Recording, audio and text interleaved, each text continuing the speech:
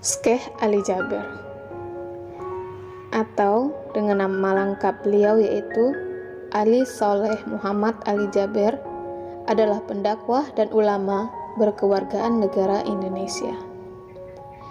Walaupun beliau kelahiran Madinah, Arab Saudi, namun kecintaannya terhadap tanah air tidak perlu kita ragukan lagi. Tentu sebagian dari kita masih ingat bahwa beliau salah satu juri Hafiz Indonesia yang tayang di salah satu stasiun televisi Indonesia. Dan pada tanggal 14 Januari 2021 silam, ulama besar ini berpulang ke rahmatullah. Umat Islam di seluruh dunia berduka, khususnya Indonesia. Dari Abu Hurairah radhiyallahu anhu berkata, Rasulullah bersabda, apabila manusia meninggal, terputuslah segala amalnya kecuali 3 hal, yaitu sedekah jariah, ilmu yang bermanfaat, atau anak soleh yang mendoakan kepadanya. Maka dari itu, saya mencoba merangkum sedikit dari sekian banyak hal dakwah yang telah beliau lakukan. Semoga menjadi amal jariah bagi beliau.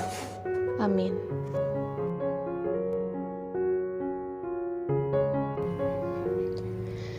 Saya mempercayai satu hal. Tidak ada sesuatu yang terjadi kebetulan. Seperti kata Umar bin Khattab, bahwa kita lari dari takdir satu ke takdir lainnya.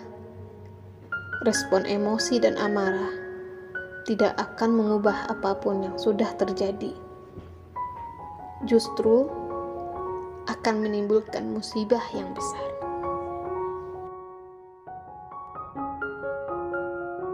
Prinsip dakwah hanya satu tujuan, ridho Allah.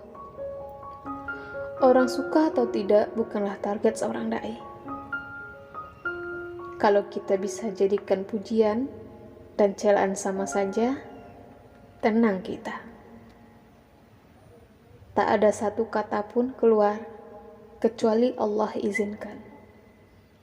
Kita harus belajar pasrah diri kepada Allah.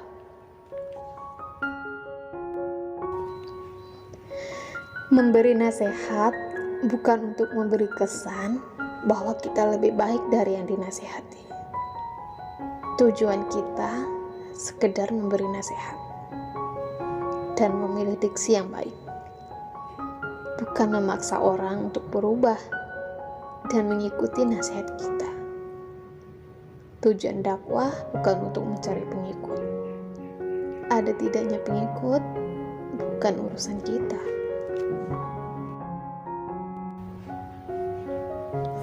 Fokus pada proses, bukan berorientasi kepada hasil. Baik buruk diri kita bukan dipatok dari omongan orang ke kita, tetapi dari perspektif Allah, ridho atau tidak. Andai kita berbuat dosa, badan kita berbau, sudah sebau apa badan kita karena saking banyaknya dosa yang kita perbuat.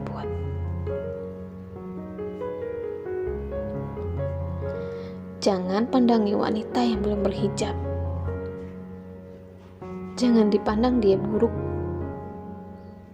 Barangkali dia punya 2 rakaat tahajud di sisi Allah, bisa menyebabkan terampuni semua dosa. Kita tidak tahu urusan manusia dengan Allah. Masing-masing manusia punya rahasia. Bisa jadi seseorang pendosa di akhir hayatnya, dia dapat hidayah dan meninggal dalam keadaan sujud dan beribadah. Justru kita yang melaknat dia, malah mati dalam keadaan bermaksiat. Na'udzubillah. Tiru Nabi Muhammad. Usahakan apapun meniru Rasulullah SAW.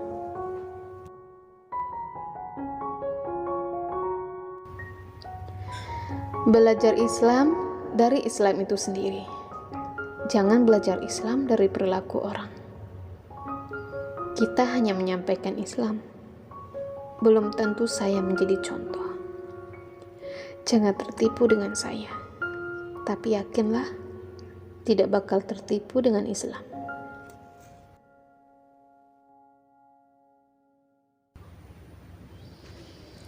Diturunkan kitab yang paling mulia, Al-Quran, dengan bahasa yang paling mulia. Diajarkan kepada Rasul yang paling mulia. Diturunkan di tempat yang paling mulia di muka bumi. Diturunkan pula di dalam bulan yang paling mulia sepanjang tahun, yaitu Ramadan. Dengan demikian, sempurnalah kitab suci Al-Quran dari berbagai sisi. Jangan karena terbata-bata kita tidak membaca Al-Quran, sebab Allah memberikan 2 pahala baginya. Pertama, karena dia mau membaca Al-Quran.